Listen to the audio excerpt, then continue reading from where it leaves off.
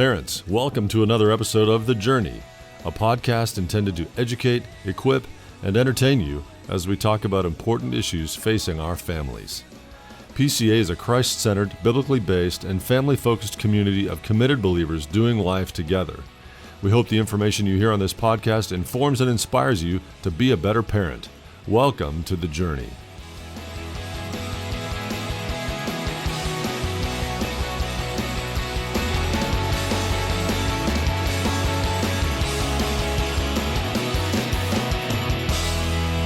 All right, parents, welcome back to The Journey. This is Dan Panetti. I've got a good friend. We're up at the North Campus. Hallelujah. And I have your nickname, Dr. Books. I have Dr. Daphney Harris. Welcome. Thank you. Yes, that is a new name I've acquired recently. I think it's awesome. You know, honestly, of all the titles that have changed lately, Dr. Books is my favorite. Dr. Pre-K Books. 4 has named me that, and I've totally adopted it. And the doctorate is new. The doctorate is Right, new. because last year you and I were working together on some things dealing with audit and books and Plano and all the different things that we're going to get into that for our parents. They need to know about it. But between that time last year when you and I were working on it, you got a doctorate. I did. Now, you didn't get it in a year. I mean, you've been working on it for a while. 27 months. 27 months? Yes, 27 very long months. Yes. But it was great. I had nothing to do in my spare time, so I thought I'd just get a doctorate degree. The doctorate is in what, from where? I have a doctorate of education from Southwestern Baptist Theological Seminary. Fantastic. Yes, greatest school. Love it, love it. Yes, I love it. So if anybody's ever looking to get a quick doctorate, I highly recommend it. 27 months, yeah. You can be Dr. Books too. Oh, I love it. I love it. So we're up at the North Campus, and this is the North Campus Library, which is kind of a new and a fresh place for you. You were in the portables before. The portables were so much fun, and our time in the portables made us appreciate this even more. I bet. Had I walked into this the first day, it's great, but I wouldn't have had the appreciation. Yes. So in the portable, we shared with the locker room, which was so much fun. Yes. We were trying to find a way to get athletes into the library more, and that's how what we you decided. did it. Why don't we just put them right here? Why not? Right? Let's do it. I love it. So how did this come about, though? Dan Panetti. I'm sorry. That's me. That is you. I had nothing to do with it. I was thinking of you when I guess you were praying for us to make this happen. The amazing Dr. Williams, Yes. Dr. Cole, Yes. Chris Scobie, and Brandon Jernigans were the ones that really made all of this happen. Good. There were probably more meetings than I ever knew about, more late nights, and lots of prayers that went into this. Yes. So all of a sudden, it happened. Yes. Yeah, I say all of a sudden. It was a long process, but it was definitely worth it. If you look around here, I still can't believe it. I literally get giddy every morning when I walk in here. Yeah. I just look around it, and I tell the kids the verse that every good gift is from above. And I'm like, this is a gift from God. Yeah. It truly is. And if you would have seen the behind the scenes, you would know God's hand is all over this. Well, I'm super excited about it. One of the things that we want to talk about, though, is this idea of the books that are here. Yes. And making sure that we're keeping good quality books for our students. And there's a big kind of push that's out in the culture right now of people are beginning to realize that a lot of books have messages that are going against what a lot of families and parents really believe in. Now, we've seen this in film and movies, right, and TV and things like that, and people are paying attention to it. But books, it seems like, have kind of skated through where people really haven't said, hey, what is in our books? And so that, recently the state of Texas kind of passed a law looking at this, right? We've been addressing this. I mean, when Dr. Craytan was at the Plano campus, she said, hey, we need to look at every single book, right, in our entire library. And so you were a part of that, kind of working, behind the scenes and helping out, and we were all meeting and kind of trying to figure this out. I want you to give an update, though, on where Plano is, because I know that, in a sense, they took an audit, over the last couple of years of looking at all their things. And then we can kind of talk about just what the state of Texas is even doing, kind of looking to make sure that parents are safe and what parents need to know. So I know you talked to somebody down at the Plano campus. I did. I didn't want to speak for them, so I sent an email asking specifically what you asked me. Hey, where are we? How's the update going? Where do we stand from the past year or two? Right. So Lindsay Ferguson, the amazing library aide at the Plano Lower Campus, sent me an email, and I'm going to read it verbatim, so that way I don't mess any of her wording up. Is that okay? Yes. All right. She said the books pulled for review have been reviewed and then either returned to the shelves or removed from the collection. Since last year, we have been working on filling the shelves with great books that are both aligned with our mission and interesting to kids. While the state of our culture feels weighted against us, there are still so many amazing books made in the secular world and more by our fabulous Christian publishers and booksellers. So I think that's great. Mm-hmm. So their audit is done. So they've either tossed the ones or they got rid of the ones that did not fit our mission, and then they kept the ones that did. So it's so exciting. I know that was a very long process for them. In the process, we actually changed our book vendor. Tell me a little bit about that. Book Fair now is provided by I-55, which is a Christian company out of Texas. So that's pretty neat. It's out College Station, in fact. Okay. So they're a Christian publishing company. They provide all of our Book Fair books, and our Book Fairs actually have more books in them now than they did before. Cool. It's really neat to know that the books that are coming in for Book Fairs and from these vendors have already been gone through. We don't have to worry about them one bit. Yeah. So that's something that the legislators in Texas actually looked at as well, mm-hmm. because they're looking at the vendors that are supplying books to public libraries and public schools. And they're actually, they passed a law, right? It was, HB 900. Mm-hmm. They passed a law that said, hey, the books that are coming into these schools and libraries, somebody needs to be paying attention to the content. Yes. So tell me a little bit about that, because you kind of paid attention to it. I kind of paid attention to it. And as a librarian, right, we're obviously in a private school and we're paying attention more than the state is. Yes. But it's kind of interesting for the state and now parents to be kind of paying attention to what we're already doing. I think the parents were taking it for granted that an everybody book or a chapter book was safe for our kids. Yeah. I know I was before being at a PCA library, and we can't do that anymore. The devil is out to steal, kill, and destroy us. We know that. So it is up to us as parents, me as a librarian, to make sure every book that comes in here is safe for our kids. The state of Texas, I think, had their eyes finally opened to what is happening, that these books were sliding in without even anybody even knowing about it, honestly. When new schools are open, when new libraries are open, they have a library package that they buy. Mm-hmm. There's no way the librarian can go through every book, and it was trusted that these books were okay. Our books don't have a rating system. No book has a rating system, which absolutely shocked me. If you go to the movies, there's a G, PG, PG-13, sure, and so forth. Our books don't have that. We were trusting our vendors. We were trusting the publishing companies to be making children's books that we thought were for children. Yeah. Unfortunately, agenda has gotten in there, and now we have to be extra careful. But thankfully, the Lord has provided some really great Christian publishing companies and book fair companies like I-55 that we as Christian librarians and Christian schools can use. And I think it's amazing. That's awesome. Yeah. So interesting, because we talk about the rating system. That'll be an interesting thing to see what that looks like, because we know we're familiar with kind of that movie rating system, right? Mm-hmm. Kind of what a G, what a PG, what a PG-13 should look like. But it is interesting for these particular ideas that are coming in. It's not that the material itself, right? If you see something on the screen, that's a visual depiction, right? But the written word and the characters and the themes behind it, I think, is what parents really need to pay attention to. A lot of books are introducing homosexuality, right? Transgenderism, abortion, things, right, that you kind of look at it and go, why are these in children's books? And the idea is, from a world's perspective, right, they want to try to educate, right? And we'd say indoctrinate, but really they just want to educate kids, right, to a variety of different ideas and issues. And so they don't see any problem with doing that for even a child's book, where you and I might say, hey, these are issues that the world has. If we want our kids to be exposed when they're a little bit older to these and we can have conversations about it and they're prepared for it, that might be something we're okay with. But to introduce these topics and ideas to kids in first, second, and third grade, that's where a lot of concern begin to be raised. Absolutely. And Dan, one thing that just popped into my mind, we have to remember these publishers and these authors, they're lost. Yes. So some, yes, are pushing agenda, and some are just lost. So we can't expect them to think like we think, and to think our children should be getting the material that we think our children should. Yeah. And yes, those are issues that the parents need to be introducing. Those are issues PCA handles beautifully. And I'm so proud that we have a school like PCA. We don't dodge these topics by any means. We introduce them in the right way, in the right manner, at the right time. And I think that's what our books should be doing. But I think it's a parent that needs to be having the choice for their kids to read that. And it's my job as a librarian to make sure that those books are not in here, that the kids are getting without knowing what they're getting without having that right guardian of a parent or a guardian or a teacher walking them through these topics. Right.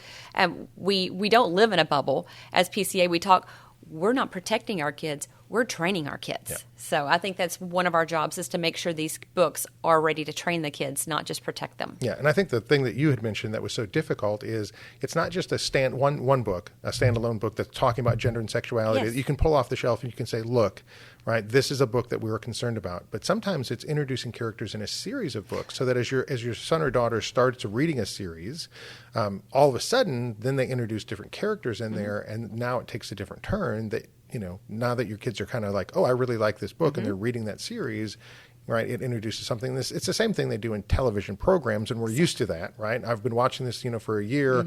Now different characters are brought in, and you're like, wait a second. So the same thing happens in books. We're finding that more and more in the series books, especially in the middle school sections. Yeah.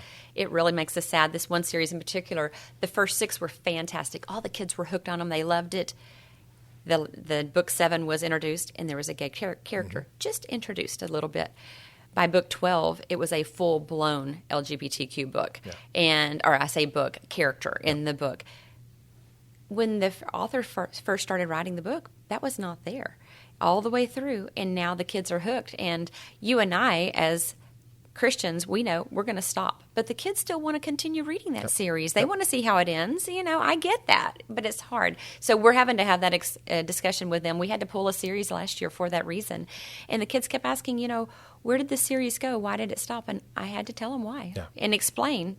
We have to take a stand in the world. So for parents, Yes. we need to know what our kids are reading. Absolutely. I think that's one of the things that we're talking about. You need to be vigilant, and you need to be diligent and pay attention to what our kids are reading. What would you say then for parents as well? How do I develop my son or daughter to be a reader when we're saying, hey, there's a lot of things out there you need to be careful of, but how do I actually develop that love for reading in my son and daughter? Well, I have 2 sons that are both dyslexic, Okay. and they're not avid readers. They just, because of the struggle, it became a challenge for Sure. them. So I had to find things, and I do this with our students here at PCA North. I find the topics they're interested in. Yeah. If a boy is interested in sports, I'm going to start him out in a sports section. Sports fiction, sports nonfiction. My oldest son, is an avid hunter and fisherman. I found books with hunting and fishing. And last year when I got here, I noticed that was one section we didn't have, was hunting and fishing for our kids. So I developed a section in the nonfiction and over here Love it. that's hunting and fiction Yes. for boys. A lot of our girls love gymnastics and cheerleading. So we bring books that they're going to be interested in. Are you going to read a book you're not interested in? Yes. Are you? Well, by choice, But we need to find a But that's a great thing. And here's the thing: our girls can be interested in hunting and fishing as well. Absolutely. So the thing is like finding books that our kids right love, and then getting them into the subject. And reading becomes the tool and the venue where all of a sudden you're developing a reader because they're finding out more information about something they love. Absolutely. I And love reading that. with them is key. Yeah. Reading with them Especially and discussing. when they're younger. Right? Yes. Reading to them as they're young, reading with them, and then paying attention to what they're reading and still having those conversations as they get older. 100%. Yes. 100%. With a busy schedule, I usually use a lot of audiobooks. So whatever my son is reading, I'll have it plugged into audiobooks as Sure. well and listening to it. So I want to know what he's reading. And even though he's in 8th grade here, I'm not reading beside him at night, but I'll talk to him. Hey, what did you read last night? What was the chapter? In fact, we had this discussion yesterday. What was chapter 6 over? And he told me, and we had a discussion about it. A, he knew I was going to question him what he was reading, but B, it engaged him. Yeah. It lets him know I'm reading. So my students here, especially my sweet girls, we have some of the series, we have some of the same likes and dislikes, and we'll get to talking about those books, and it develops this love and this passion in them. Yeah. So, and then a lot of our girls will come up and say, hey, Dr. Harris, do you have series so-and-so? Do you have this book? I'll go research it because we have a list that I'll send to you of websites we can go to research these books. And if they're clean, I'll get it. And that brings more books in here that they're awesome. interested in. Yes, that's so good. Oh, thanks. What, as far as like developing reading too, what would you say for the parents of the younger? Like, how do I introduce what kind of books? Do they all have to be Christian books, right? Because I think as a Christian parent, we're kind of looking for, am I reading books that aren't Christian, or do I have to only introduce Christian books to my son and daughter? What would you say to a parent from that perspective? my opinion to all parents, and I get this email at least once a week. It's so funny that you mentioned that. I say give them a variety. Okay. We definitely want to be introducing Christian books, but just because a book isn't Christian doesn't mean it's bad. Right. There could be a book on ice skating. It's not Christian, Sure. but it's a good book. Yep. So I say introduce all types to them, all types of clean ones to them, and let them find their passion. Let them find what they're really looking for. A lot of parents will email me the same question, and they'll go, "What can we do?" And I'll say, "What are your kids into? Tell me what your students into." Sometimes with Great place to a whole start. class in here, I can't talk one-on-one with each child. Right. But interesting situation. Last week I had a class of first graders in here, and this one sweet little girl could not find a book. By the end of the class, she left here without books. Broke my heart. So I emailed the mom, "Hey, so-and-so was in here. She couldn't find the books. Can you tell me some things she's interested in?" That mom emailed right back, "Oh my goodness, she loves Bible stories. She loves princesses. She loves this and that." I asked her teacher, I said, "Hey, will you send her in here?" Within 5 minutes, I found 2 books for her, and she left here so excited. We have to find their interest. Yep. Once we find their interest, and you can kind of find their reading level, then we can really find the just right books. I believe there is a just right book in here for everybody. Mm-hmm. I truly believe that. Yeah, I think that's fantastic. I grew up, my parents owned a Christian bookstore. I didn't know that. Yeah, so little Dan with, ADD, right? I'd go and I would sit and read. And so reading became a super important thing for me to help train and develop my brain. And that helped me become kind of a lifelong reader. And so I still, have kind of a reading plan. I think that's an important thing. I'm working with our students through SLI to develop reading plans for them, because I think you have to kind of look at and say, it's like food. If you eat the same thing every single day, right, you won't know and enjoy so much more that there is out there from a variety standpoint. So I help, especially as we talk to young men, young women, when they get to that high school age and they're kind of looking at launching out into the world, it's like, what are the areas that you want to grow and develop in, and what's your reading plan to get those resources into you? And so I think that's an important, aspect is not just finding books that you like, but as you get to a later stage, finding books that are going to improve you. Absolutely. Right? And not just from a business standpoint, not just from a professional standpoint, but from a personal and a spiritual standpoint as well. And so I think that's kind of an important thing is developing that reading plan. I think reading the Bible, and you and I both know this, right? But, reading is such a difficult thing for a visual age generation. Yes. And so I think that's an important thing for us to remember.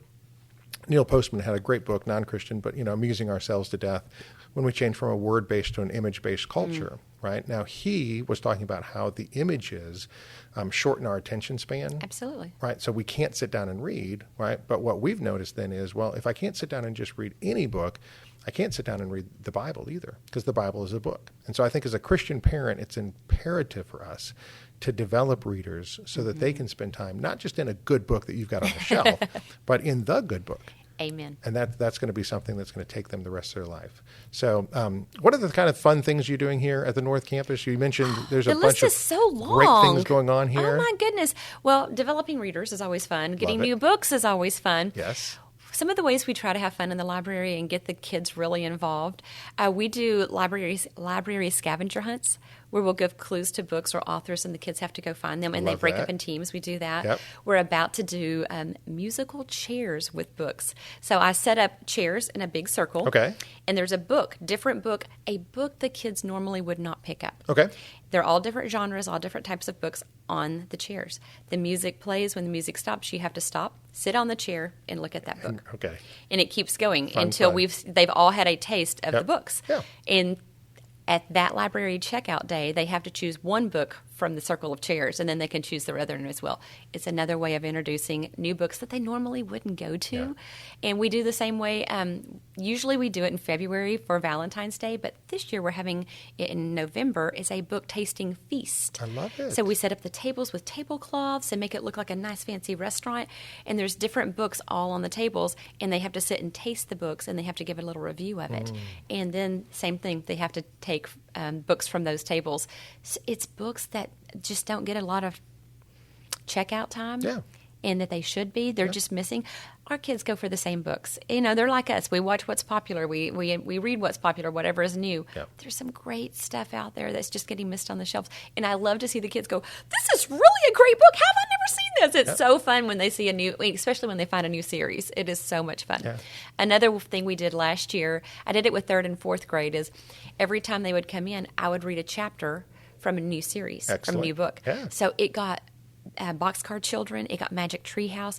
They found a passion in those books, and they loved it. And in fact, they kind of got angry with me that I wouldn't continue reading the books. Right. It was like, we want to finish the book. I'm like, you get to check it out. That's right. Yeah, so each week I would introduce a new series just by reading a chapter, and it would catch them. It would hook them every single time. Okay, so I want our parents to know a little bit more about Daphney Harris. Oh, dear. What do you like to read? Oh, well, right now, okay, don't laugh. I'm going to show my age here, we okay? go. I'm a little bit behind. Mind you, I've been in school for a very long time, so I didn't get to read for fun. I am finally reading the Left Behind series. Really? I am on the mark right now, which is book 8. I'm looking above your head. It's actually above your head right now. So I'm finally on book 8. What's really funny is, yes, it's an older series, and the technology they speak of is older, which cracks me up. Exactly. Reminds me of our age. Yep. We're about the same age, so I can say that.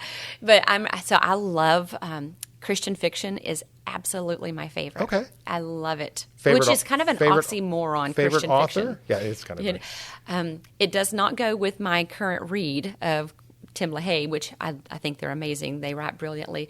I really like Jeanette Oak. I love the Amish fiction. I love going back. It's such a simpler, sweeter time in my life. Not my life. Yeah. It's just, with the world so crazy the way it is, it really makes my brain just kind of relax and go, oh, this is such a sweet, days, right? simple time.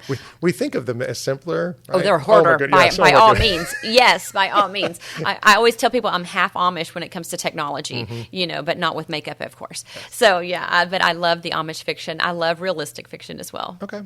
That's very interesting. Thanks. I love that. Yeah. Well, anything our parents can do to help and support you as the librarian or the library? When you have questions, ask me. Okay.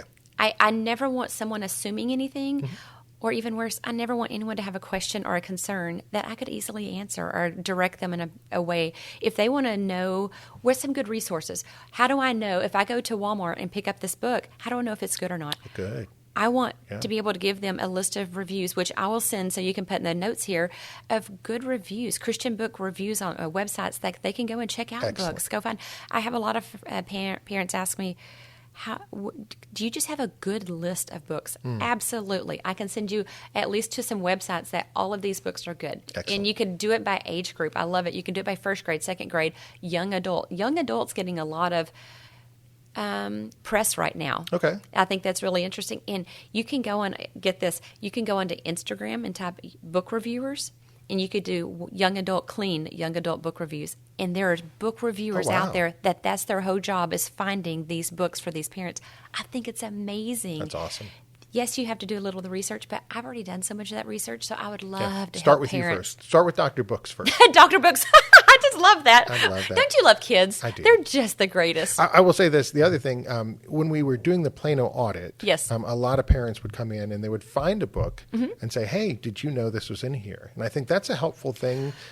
Always knowing, I know you're doing a great job of making sure that the resources that are in here are going to be appropriate. But if something comes through, if there's a character as your son or daughter's reading, and as a parent you go, hey, I need to know about this. It doesn't mean, right, that everybody's going to agree with your particular perception, but it does mean that we want you to at least realize that, you're a part of the PCA community. Yes. And if you have a concern, right, reach out, Bring to it to me. Dr. Harris and say, hey, did you know this was in that particular book? Because I think a lot of people assume that we know everything, we've read every book, and the reality is it's hard to keep up with everything. So if there's a book that gets through, if there's a theme that you're concerned about, just be appropriate and say, don't say, hey, I didn't know this was, I thought this was a Christian school. Exactly. Why would you have that book? Please don't go on social media first. Right. Come straight to me. Yeah, don't have that attitude. Exactly. Just say, hey, listen, did you know this was in the book? And make sure that you can say, yes, I did, and here's why it's here, or no, I didn't. Thank you so much. We can review that. So I think that's a helpful thing for parents. I think they need to remember we're partners in this. Amen.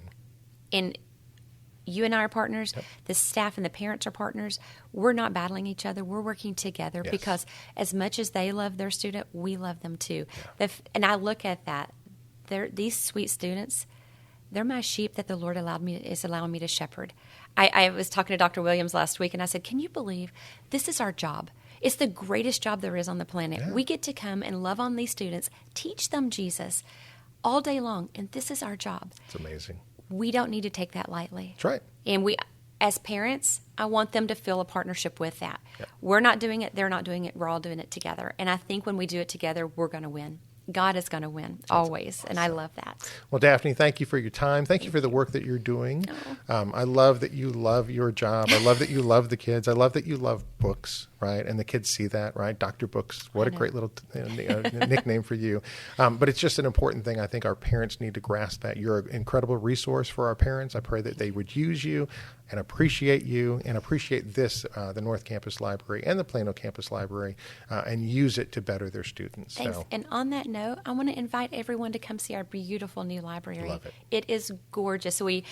Anytime you're on campus, come in and see it. God has done an amazing job here. And grab what's your favorite drink? Grab a Starbucks on the way up or something? Or what? Sure. We don't, and bring two, please. Bring two. Yeah. Come up here. What is Daphne like? Maybe an oat milk latte. Oh, I'm getting tongue-tied on even trying to say that. I know. Yes. These Starbucks drinks are so confusing. Just coffee with milk is all I need. Coffee with milk. There you go. Grab Make it easy. Bring it up here, see the book, say hi to Daphne. And we'll have a good time. Awesome. Thank Appreciate you, Dan. your time. I appreciate you.